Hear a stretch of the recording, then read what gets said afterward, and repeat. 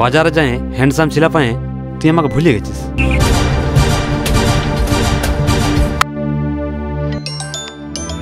ভাইটা তো সাজ ফাজ করে কোন দিকে চলে গেল ড্রেস ফ্রেস করে, আর ফোনটা কিনে ভুলে দিয়ে গেছি। হ্যালো হ্যালো, আর ইয়ারা কথা বলবেক নাই, কে যে ফোন করে।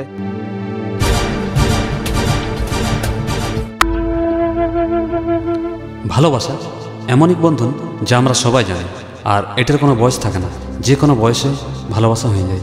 এইরকমই একটা ঘটনা এক গ্রামে একদম কম বয়সে একজন মেয়ে এবং একজন ছেলে দুজনকে খুব ভালোবাসত।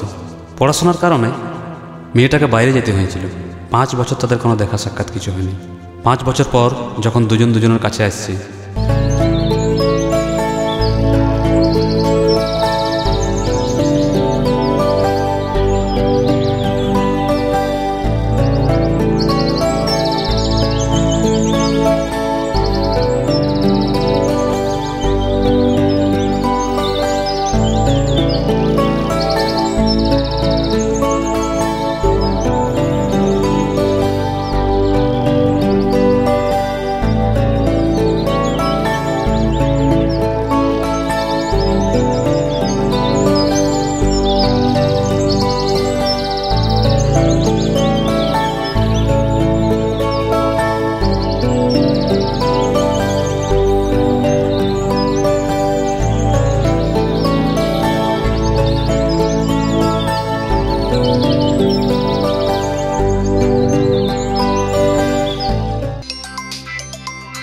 ভাইটা তো সাজ ফাজ করে কোন দিকে চলে গেল ড্রেস ফ্রেস করে, আর ফোনটা কিনে ভুলে দিয়ে গেছি।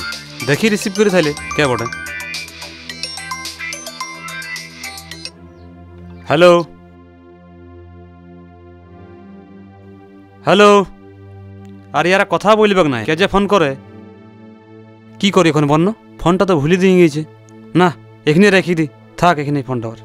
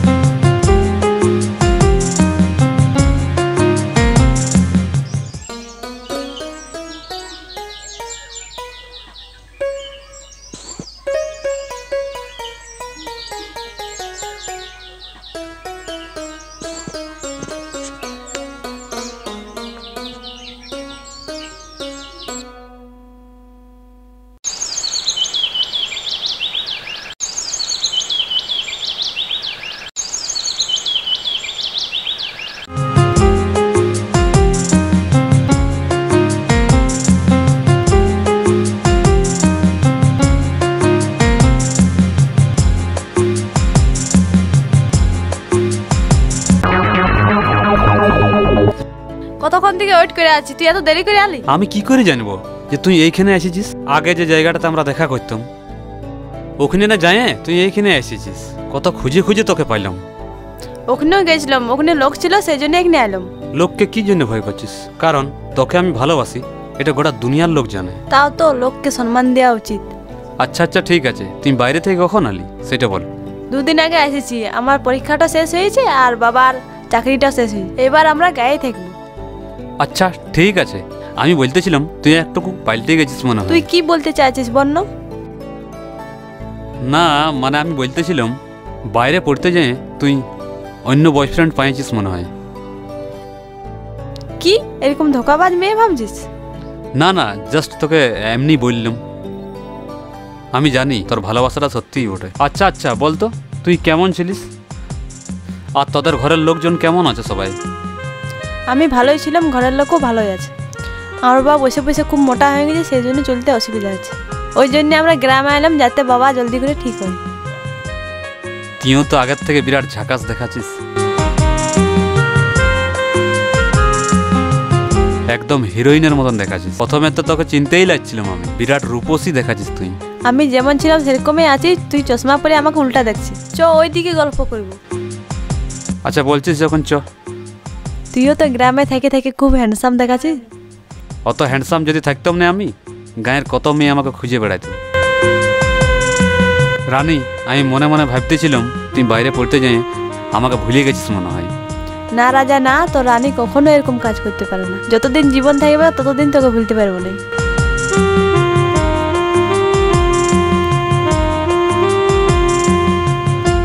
5 বছর আগে যেমন আমরা ছিলাম ওরকমই তাকে বুকের মাঝে রাখবো।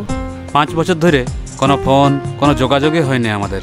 বাইরে যেয়ে কোনো হ্যান্ডসাম ছেলে পায়ে আমি ভাবলাম তুই বদলে গেছিস মনে হয়। দূর পাগলা, তুই আমাকে আগে যেমনি সন্দেহ করতিস তেমনি এখনো সন্দেহ করিস। ডাউট লয়, তুই 5 বছর এমনিই ছিলিস কি? আরে তুই কোথায় বুঝতে খুঁজিস নাই? আমি যদি ওরকম মেয়ে থাকতাম না তাহলে এখানে আসতাম নাই। সে তো ঠিক বুঝতে পারছি আমি, এখন দুনিয়াটা পাল্টে গেছে তো। কেউ কারোর জন্য ওয়েট করে না। আমি তো সবসময় খুব টেনশনে থাকতাম। কি জন্য রানী বল? ওইটাই তো, যদি কেউ তোকে পছন্দ করে নিয়েছে। উফ বাবা, আমি মানুষ বটি, জানোয়ার লয়। তোর কাছ থেকে কোনো মেয়ে আমাকে ছাড়াই নিয়ে যেতে পারবে না, বুঝলি? মনে হচ্ছে তুইও পাগলি হয়ে গেছিস।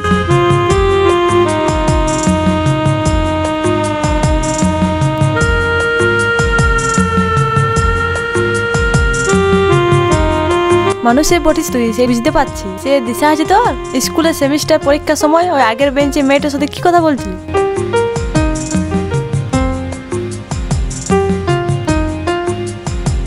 আরে বাবা, ও আমাকে প্রশ্ন জিজ্ঞাসা করছিল, ওগুলাই বলে দিতেছিলাম।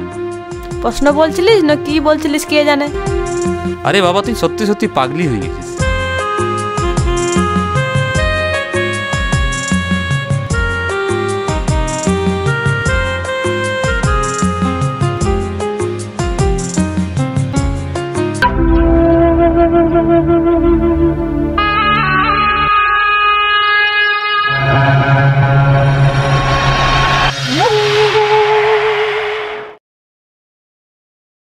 হাই বন্ধুরা, কেমন আছো তোমরা সবাই? আশা করছি সবাই তোমরা খুবই ভালো আছো।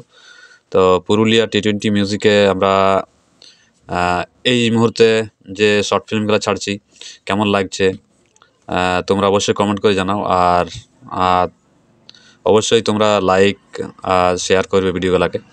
আর নতুন নতুন এই ধরনের ভিডিও আমরা পরবর্তীকালে আরও আপডেট করব, ভালো ভালো নিয়ে আসবো। এখন আমরা এরকম দিচ্ছি, পরবর্তীকালে গানও আসবে মাঝে মাঝে এবং শর্ট ফিল্মও আসবে। তো এই ফিল্মটা একটা ডাবিং ফিল্ম, ডাব করেছি আমরা বাংলাতে। তো যাই হোক, কেমন লাগছে অল্প তোমরা কমেন্ট করে অবশ্যই জানাবে সবাই। Thank you.